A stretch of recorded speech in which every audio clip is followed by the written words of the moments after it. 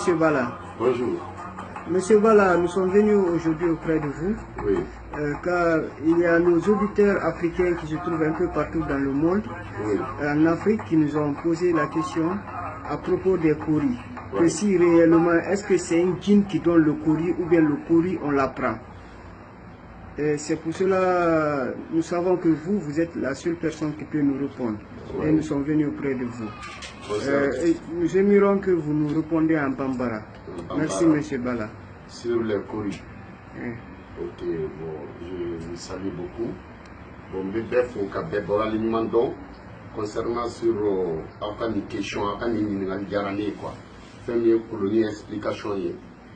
surtout quand vous dites que la diana, on n'a pas de télévision, comment vous dites que bon, moi, je vais faire de la moi, je vais faire mon dos. Surtout quand on a une colonie, parce que les colonies massacrées, moi, je vais faire une colonie. Cɛkɔrɔba t'o la, musokɔrɔba t'o la, somaya t'o la, moriya t'o la, tubabuya t'o la, hinduya t'o la, chinoya t'o la. Ne y'o fama farafinya t'o la, ne bɛ s'o la ni bɛɛ ye. O mɔgɔ tɛ ne sanfɛ, jinɛ tɛ yen. Parce que colonie fɛn min ye k'a fɔ ko jinɛ ye colonie d'i ma, o tɛ tiɲɛ ye quoi. Colonie, jinɛ tɛ colonie di mɔgɔ ma. Depuis Ala ye diɲɛ da, jinɛ ma colonie di mɔgɔ ma. Colonie fili daminɛna égyptiens fɛ yen. O y'a sɔrɔla Muhammadu sallallahu alaihi wa sallam o tile tɛ. Isa n'o ye Jésus o tile tɛ depuis Musa tile. Parce que colonie fili daminɛna olu de y'a daminɛ. Tu vois, bon o fana y'a dama histoire wɛrɛ ye. Jinɛ tɛ colonie di mɔgɔ ma. Parce que farafin filɛ nin ye, ni farafin sera fɛn mun na ni tɔw ye, farafin bɛ jinɛ ko de don o la quoi. Jinɛ colonie tɛ jinɛ fɛn ye. Colonie ye jate dɔ de ye. C'est-à-dire a bɛ i n'a fɔ tubabuw ka ko. C'est-à-dire tubabuw mana fɔ fɛn mun na i n'a fɔ mathématique la. Donc tubabuw y'o kalan kɛ cogo min na u b'o ɲɛfɔ, u y'a kalan, u ye mun ka livre kalan, mun y'u kalan école la u b'o ɲɛfɔ. Tu vois un peu. Donc tubabuw fana fɛ n'i fɔrɔla ni tɔw ye u b'a fɔ ko c'est un génie, mais o t'a yira k'i ye jinɛ, o t'a yira ko jinɛw ye colonie d'i ma. Donc farafinw fɛ ni farafin mun sera ko dɔ la ni tɔw ye toujours jinɛ de bɛ yen. Jinɛ tɛ colonie di mɔgɔ ma, colonie tɛ jinɛ fɛn ye. Colonie nkalontigɛla fɔlɔ o de b'a fɔ ko jinɛw ye colonie d'ale ma. Ni mɔgɔ min ko jinɛw ye colonie d'ale ma a ye tigɛ a la, nkalontigɛla don. Tu vois, parce que mun fɛ colonie na ni Afrique bɛɛ ye o de tun ye Jitumu Bala ye. Jitumu Bala ko jinɛ ma colonie d'ale ma, ko Nɔngɔn Forokɔrɔ de y'ale kalan colonie na. Nɔngɔn Forokɔrɔ ko k'ale fa de y'a kalan n'o ye Forokɔrɔ Kajo ye. Forokɔrɔ Kajo ko k'ale ni colonie dɔnniya bɔra Égypte ka na anw fɛ yen. Bon, tubabuw filɛ nin ye, tubabuw ka mathématicien baw i y'a faamuya wa, tubabu si ma deli k'i da ka sunɔgɔ ka wuli k'a fɔ ko yanni k'ale to sunɔgɔ la ko jinɛ dɔ de nana ale kalan mathématique la. Tubabu si ma deli ka wuli k'a fɔ ko ale dalen sunɔgɔ la ko jinɛ dɔ de nana ale kalan philosophie la. Tubabuw b'a fɔ ko ne ye philosophie baw ka livre kalan i ko Karl Marx. Tubabuw b'olu de fɔ quoi, parce que tubabu ni farafin cɛ différence foyi tɛ fo logique. Farafin b'a kɛ ko logique t'u ka kow la, donc logique bɛ kow la. Parce que muso minnu b'a fɔ ko jinɛ ye colonie d'ale olu ma en général musow de don. I y'a faamuya wa? Donc muso minnu don u y'u si kɛ sunkurubaya de la, u kun cɛ ka u y'u ban ka furu, n'u nana Bala fɛ yen bi, sini u bɛ taa Kiri fɛ yen hippodrome na, sinikɛnɛ u bɛ taa Moribo fɛ yen Bangɔni na, o kɔta u bɛ taa Seru fɛ yen, kɔfɛ u bɛ taa Lafiyabugu, Bagadaji, est-ce que tu vas Kalaban, tu vas Jikɔrɔni, tu vas un peu, u bɛ t'olu la. Maintenant, il si que don de l'état colonie filaw fait, il corto on va sur les colonies si on donc. Donc maintenant ça non, il corto tchou de récupérer parce que ni li ka corto ou ma boila. Maintenant ni tchou ou ma boila, il va se comme mon que ça non. Il si mon kala il fna di de ta colonie ça. Tu vois, ou bien dugu ou ga sono parce que vous si que ou be boss roma ou ta colonie filaw fait ou ga sono mo ta de don ou dugu kana colonie dugu ou maintenant comme on commencera à quoi on va la dire ni mun cɛka ye ni carré bɛɛ ye parce que musomanin mun cɛka ye o kelen tɛ tagama u n'o bɛ bɛn u bɛ sina k'a fɔ yen na ala ni saya tɛ dɛ ne ni e ba anw bɛ ɲɔgɔn fɛ de koyi ala saya y'o ba ta hali k'i to yen ni furu tɛ ne ni e tanti foyi m'an fara ni furu tɛ ala sɔnna o ka furu k'i to yen tu vois donc maintenant a b'a fɔ o ma k'i tɛna an fɛ baro la o natɔ n'a terimuso k'i na maintenant olu b'ale parler mais depuis u ka denmisɛnninya la cɛw bɛ n'a nɔfɛ u t'a dɔn ko a tun bɛ taa colonie fili de la maintenant sisan olu nalen a b'a terminali sigilen don a b'a di a bɛ segin ni sama ka bɔ a bɛ colonie fili baw a ye mun tɔmɔ colonie fililaw kɔrɔ a bɛ commencer k'o fɔ u dabali bɛ ban u b'a fɔ ko k'e ye nin kalan cogo di ne wulila sɔgɔmada fɛ ka colonie sɔrɔ ne kunkɔrɔ e bɛ wuli ka colonie sɔrɔ i kunkɔrɔ cogo di e y'i sigi ka sunkuruba la i ma wuli ka capote sɔrɔ i kunkɔrɔ i ma préservatif sɔrɔ i kunkɔrɔ e bɛ wuli ka colonie de sɔrɔ i kunkɔrɔ balonikɛla den maintenant o la u b'a fɔ ko jinɛw de ye colonie di ne ma jinɛw nana jinɛw nana colonie de ma de un d'abord jinɛw ma se ka wari d'i ma u ma se k'i kɛ gorobinɛ u ma sababu ɲuman kɛ ye u ma sɔn e ka furu u ma sɔn i ka cɛ ɲɛnama sɔrɔ i ma se k'i dɔgɔnin kɛ président ye i ma se ka dɔ bila bangiso la e yɛrɛ ma se ka foyi kɛ ko jinɛw minnu ye koloni d'e ma danga b'e de kɔ ubiyɛn dangaw bɛ jinɛw de kɔ jinɛw bɛ se ka koloni d'e ma e ka koloni fili mɔgɔw ye 100 200 40 e de dun ye jinɛ ye e ma se k'i yɛrɛ mako ɲɛ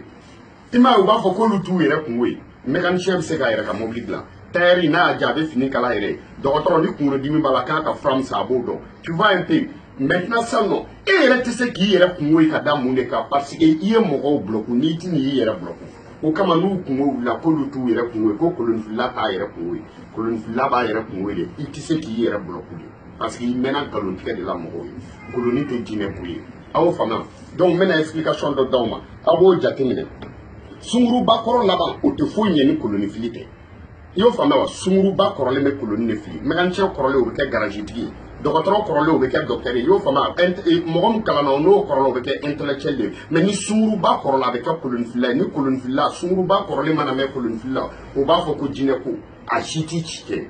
n bɛna koloni explication d'aw ma koloni mathématique de don quoi logique fana b'a la parce que mais a logique tɛ d'i ma f'i ka taa dankun de la bon muso yɛrɛ tɛ taa dankun na fɔlɔ est-ce que tu vois koloni kun bɛ i ko wari de koloni yɛrɛ kun bɛ i ko wari an bɛ ka wari mun don o nana farafinna wari nali tɛ san 200 bɔ fɔlɔ koloni dun bɛ yen depuis san 2000 kan maintenant sisan n'i bɛ ka koloni fili a bɛ i ko n'i bɛ ka mɔgɔw kungo lajɛ ni wari ye donc a bɛ e yɛrɛ fɔ ko k'i danga i tɛ kɛ waritigi ye parce que yanni i k'a fili esprit n'a bɛ fɔ o ma ko koloni jinɛw fo ka autorisation ɲini olu fɛ o autorisation de bɛ ɲini dankun na donc e ma taa dankun na e autoriselen tɛ k'a fili n'i y'a fili donc a b'i jasi parce que i b'i ka mɔgɔw kungo la ni wari o de kama kolonifilila musoman bɛɛ i b'o jateminɛ a bɛɛ ye fantan kolonifilila musoman bɛɛ a si tɛ fɛntigi ye n'i ye kolonifilila musoman waritigiba ye bilahi a bɛ ko wɛrɛ kɛ mun tɛ kolonifili ye tu vois parce que autorisation t'i bolo cɛw fana bɛ koloni fili n'i y'u ye fantanya la parce que a ma kalan a ma daga k'a fili a ma taa dankun na donc koloni b'i jasi i tɛ kɛ waritigi ye bon jinɛ ko tɛ n bɛn'o fɔ aw ɲɛna n b'aw bɛɛ ladon o la quoi hali salon kɔnɔ mun kundigi yɔrɔ la mun bɛ se koloni na nin bɛɛ i b'a sɔrɔ fantan don koloni bɛ i n'a fɔ jate dɔ de don i y'a faamuya n'a jana o ye muso ye n'a dabirila o ye cɛ ye yɔrɔnin mun ka misɛn o de ye koloni kunkolo ye donc sa nin ye muso kunkolo nin ye cɛ kunkolo ye yɔrɔnin mun cilen filɛ o de ye da ye donc ni cɛ kunkolo ni muso kunkolo sinna ɲɔgɔn ma cɛ ni muso de ka kuma maintenant ne nin kɛra cɛ ni muso ye kuma na donc n'u kunkolo sinna ɲɔgɔn ma tuguni dɔ da bɛ dɔ da sanfɛ o ye cɛ ni muso ye kɛlɛ la donc sisan ne nin kɛra muso ye ne nin nan'i biri o kun na a nana kunna siri donc ne nin kɛra cɛ ye ne nin nan'i biri o kun na o cɛ fana kunna sirilen donc o contraire kunna siri contraire n'a nan'i ja o bɛ kɛ muso ni kunnawolo ye donc i y'a faamuya donc muso ni kunnawolo n'a nana tuguni ka n'i jan cɛ fana kunkolo la o bɛ kɛ cɛ fana ni kunnawolo ye cɛ ni kunnawolo muso ni kunnawolo cɛ ni kunnasiri muso ni kunnasiri bon maintenant sisan jatew dɔrɔn de don mathématique de don quoi ne ni nana ka n'i ja nin nana i sɛmɛ nin na nin donna nin jigi kɔrɔ a bɛ fɔ o ma ko jigiya tu vois un peu jatew dɔrɔn de don maintenant sisan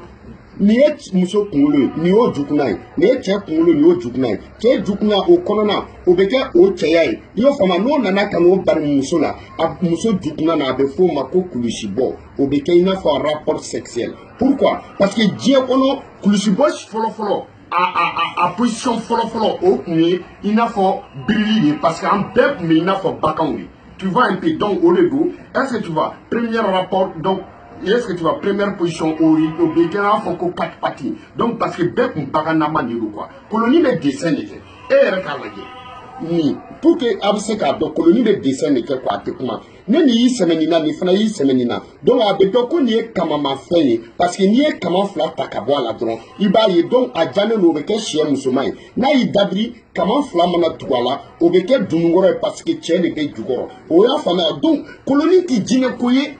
mun bɛ sera koloni na nin bɛɛ o jitumu bala ye jitumu bala ko nɔngɔn forokɔrɔ de y'ale kalan nɔngɔn forokɔrɔ ko forokɔrɔ kajo de y'ale kalan forokɔrɔ kajo de nana ni koloni dɔnniya ye farafinna maintenant e bɛna fɔ ko jinɛw y'o d'i ma cogo di aw mun ye u yɛrɛ bɛ sagini ta u bɛ yala ka aw sɛgɛrɛ parce que mun bɛ aw kun o t'u kun mais u tɛ se k'i ka wari dun f'u k'i lasiran sunguruba kɔrɔ laban ye koloni fili de ye ka jinɛ tɛ koloni di mɔgɔ ma yanni jinɛ ka koloni d'e ma jinɛ ma sanu d'i ma jinɛ ma se ka pouvoir dɔ d'e ma i ka bila musow ɲɛ jinɛ bɛna koloni jumɛn d'e ma sunguruba kɔrɔ jinɛ ma kapɔti d'e ma a bɛna koloni de d'e ma wa koloni galon tigɛ la fɔlɔ cɛ t'a la muso